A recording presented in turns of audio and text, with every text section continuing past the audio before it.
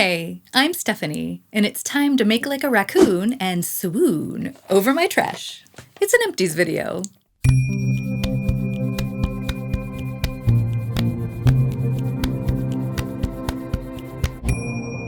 I've got a bunch of makeup, skincare, and hair care here that I have used up since my last empties video. So today I'm going to attempt to answer the age-old question, would Stephanie the Style Stumbler repurchase any of this stuff? Let's just dive right in and find out. I'm going to start off with a couple of items that I no longer have the packaging for here because I used them up while I was traveling and I didn't feel like schlepping a bunch of trash around in my suitcase. So let's start off with two mascaras. I usually have two mascaras open at any given time, one in black, one in brown, so I have some options. And I tend to go through them pretty regularly because I do throw them out like clockwork. Once they've been open for 3 months, they're dead to me. The two that I used in this quarter of the year were the L'Oreal Voluminous mascara, the waterproof version in the shade Black Brown. That was my brown mascara. And my black mascara was from Rimmel, and it's one that I had never tried before. It was the Lash Accelerator formula, and that was in the shade Extreme Black. Yeah, Extreme Black. And the L'Oreal mascara I've used over and over again. I mean, it's not my favorite formula in the world, but it's just really solid and it really works. And all of my favorite formulas tend to be like really high-end mascaras, and I'm just not willing to pay a high-end price for a product that I throw out every 3 months. So I stick with my L'Oreal most of the time. But I did happen to have a Rimmel mascara that I'd never tried before. The black one was the Lash Accelerator, and I thought it was nice. It made my lashes look very nice. It separated them nicely, made them look a little bit longer, a little bit more dramatic, but it wasn't extremely volumizing. But that was fine because I still thought my lashes looked good. However, I did get some mild transfer down, at the bottom lash line sometimes, especially if I was doing tasks like chopping onions where I tend to squint my eyes like there's no tomorrow. And then when I did things like that, combined with the summer heat or maybe a little bit of tearing up from slicing the onions, then my mascara would run a little bit. So it wasn't ideal in that way, but the transfer also wasn't horrible. It wasn't so bad that I thought I should stop using the mascara. I used it all summer. I was happy to use it. I liked the way it made my lashes look. Would I repurchase it? I don't think so, just because of the transfer issue. As for the L'Oreal, I'm a repeat offender with that one. So I actually have several backups because I tend to buy those in like bundles of, buy two, get one free, because I know that's what I go back to all the time. So I have another one already on backup. So I'm all set in the mascara department. As for the hairstyling stuff I used up this summer, I finished up a bottle of the Bumble and Bumble Sea Salt Spray, which is a product that's supposed to give people with hair beachy waves. I would give this product like a solid 6. It's definitely by far not the worst beachy spray I've ever tried, but it also wasn't the best. And I think the main problem was the distribution system, or like the pump, because it would get gummed up with the product and it was really hard to spray. And so I had to spend a lot of time kind of nursing it back to health by running it under hot water and things like that. And then by the time I could actually spray it again, I wasn't able to get like even product distribution. So I feel like some of my hair was too beachy and some of it wasn't beachy enough. And the effect sometimes looked a little bit stringy. And I think it was because too much of the product got into certain spots of my hair. I don't feel like it damaged my hair. Like some salt sprays can really kind of make you feel like your hair is just getting dried out and dehydrated.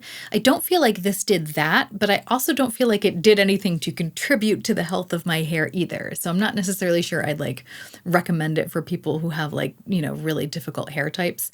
As a bona fide beach bunny myself, I won't be repurchasing this product because I have used other texturizers that are just easier to use and they achieve a similar yet better effect. And I used up a bottle of Batiste Volumizing Dry Shampoo. I actually had to purchase this while I was on vacation because I forgot to pack mine from home.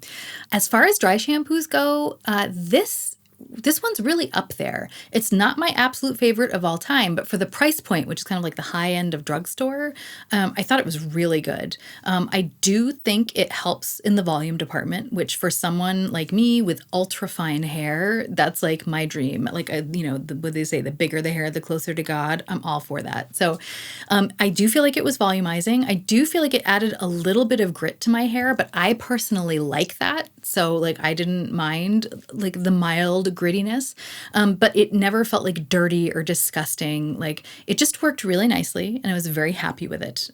However, I'm not currently in the market for a new dry shampoo. So even though I used it up, I'm not repurchasing one. This is the one that I forgot to pack and it's still, there's not much left, but there still is some in here. This is the Brio Geo Scalp Revival Charcoal and Biotin Dry Shampoo. And so this is what I'm currently using right now. That's it for things I used up while traveling. So let's get into the stuff I've used since I've gotten back home. The first thing, if you have been watching my empties videos for any amount of time, then you'll already know that there's pretty much one of these in every video. It is my L'Oreal makeup remover. And I feel like this is very, very similar to the Lancome eye makeup remover, but it's like a fifth of the price.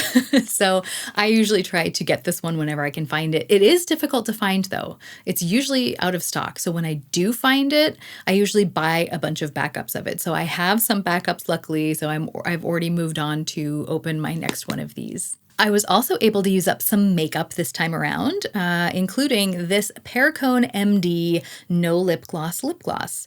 This gloss looked very nice, but I didn't like the way it felt, I didn't like the way it tasted, and I didn't like the way it smelled. So I am so happy this is gone now. The reason I kept it around was because it has SPF 15 in it, and I was using it as like extra sun protection. So this lived in my beach bag all summer, and basically I would just use it as extra sun protection and reapply it every time I got out of the water. So, I mean, it served its purpose, but I did not enjoy it in the least, so I would never repurchase it. But funnily enough, the same exact brand makes a sibling product that is excellent. This is the Perricone MD No Makeup lipstick, and this also has SPF 15 in it, but it doesn't taste or smell like chalk like this one does. This one doesn't smell or taste like anything, and it's extremely comfortable to wear. It's like you're wearing almost nothing. It's just this kind of like very pink nude color.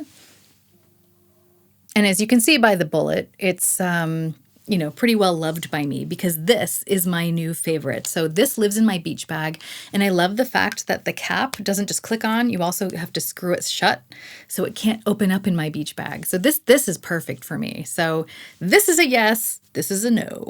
I managed to finish up one other makeup item this month, and if you saw my ZC brand review, you may already know what it is.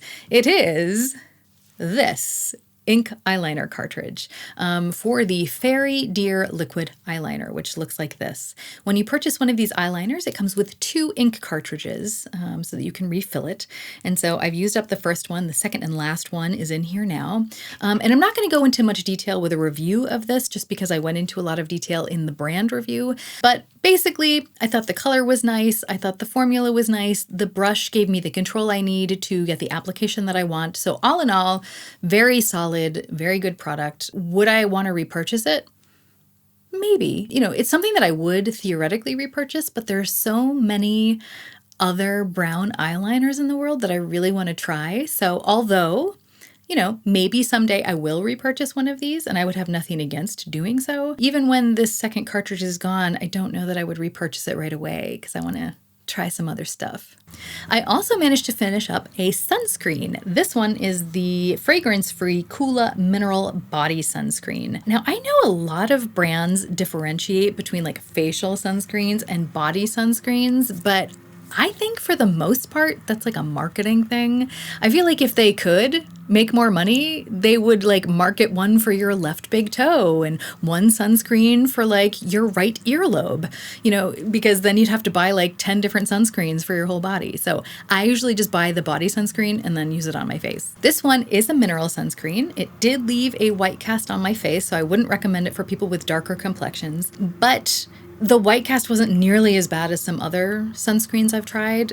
There was one I think I tried from Neutrogena once, and like I applied that, and it was like I was painting my face to be a mime. Like it was, that one was bad. This one was actually fine because for the most part I was putting BB or CC cream on over it anyway, and then the white cast didn't matter. So for someone with a complexion as light as mine, it didn't really make much of a difference, but I could see the white cast. But that is not why I would not repurchase this sunscreen.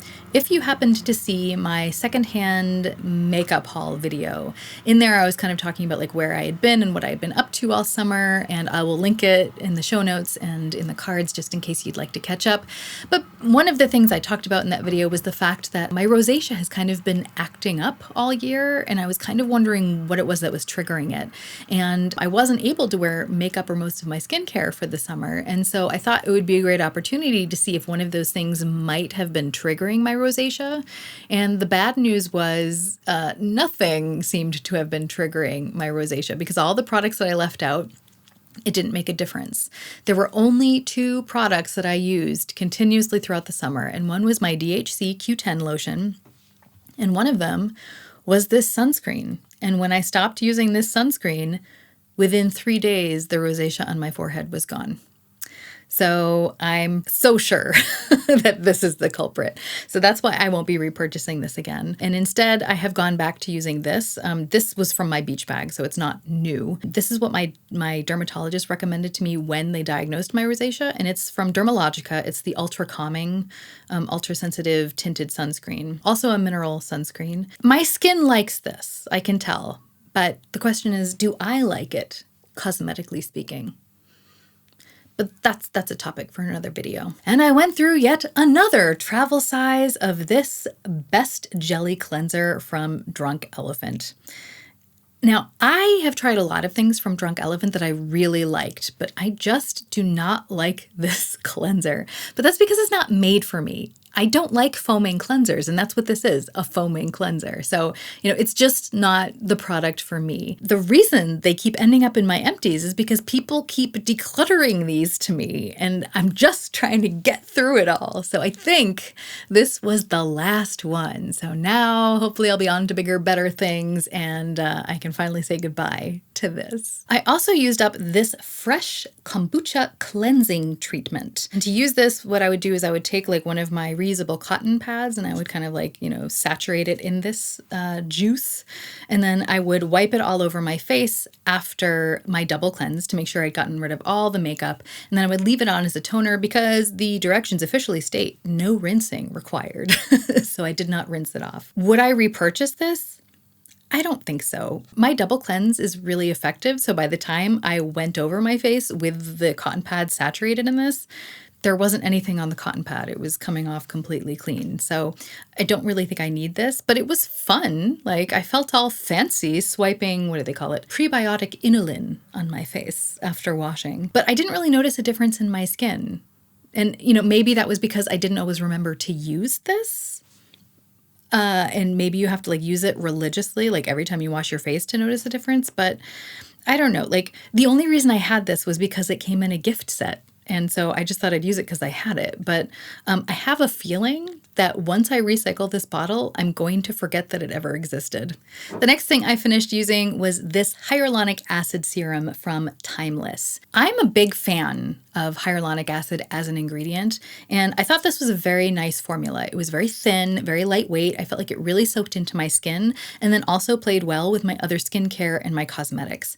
I've tried some other hyaluronic acid serums. For example, the one from The Ordinary didn't work for me because I felt like the formula was too heavy and didn't sink into my skin. It would just sit on top of my skin, and then it would pill if I tried to put any other product on top, whether that be a moisturizer or a foundation.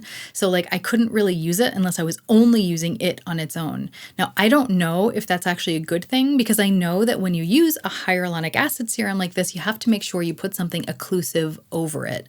Because hyaluronic acid is a humectant and it's going to really suck in the water, you want to make sure that it's sucking in water from the outside. You want to make sure that it's not sucking water out of your skin and then having it evaporate off, because that's doing the exact opposite of what you want. So Maybe the one from The Ordinary is okay as long as you're only using it on its own, but I wasn't a fan of it. I liked this one a whole lot better because it was so much thinner. I felt like it really soaked into my skin, and then I could just like put on any other skincare that I wanted to, including a nice occlusive moisturizer over the top just to make sure everything stayed in the skin where it's supposed to. So I did like this. Would I repurchase it? I would consider it. I'm actually really curious about hyaluronic acid serums, and so there's a bunch that I want to try, but this would be definitely one that I would put on my list as like, okay to repurchase, because I do think that it worked really well. I'm not currently going to repurchase one because some of the other current things in my skincare that I'm using up have hyaluronic acid components in them, so I don't feel like I necessarily need a separate serum. However, if I feel like my skin is changing, like it's drying out and getting dehydrated, then I would consider purchasing another one. And although this one might not be the first one I repurchase because, you know, I want to try one I've never tried before, I thought it was good. And my last empty is this firming body lotion from Lavera Cosmetics. I have seen this in the US before, usually in places kind of like Whole Foods, and it's usually pretty pricey. But it's funny because in Germany, this is a drugstore product at drugstore prices. And so I got this in Germany for a really affordable price, and I really like this. This company has like a range of moisturizers that go from like really lightweight to like really heavy hitters. This is on the lighter weight side. It's not the lightest moisturizer they offer. It's the second to lightest. And so I like that because it definitely soaks in pretty quickly. I'd say it takes like 2 to 3 minutes. If I get out of the shower, dry off, and then put this moisturizer on, I feel like I can start getting dressed and like putting my clothes on in like 2 to 3 minutes because it's all soaked in. Any longer than that, and I won't use a lotion. But this one soaks in fast enough that I'll actually use it. And so I did use it up, and I really liked it. I do feel like it was firming, not in the sense of getting rid of cellulite firming, because I don't believe any topical cream could do that.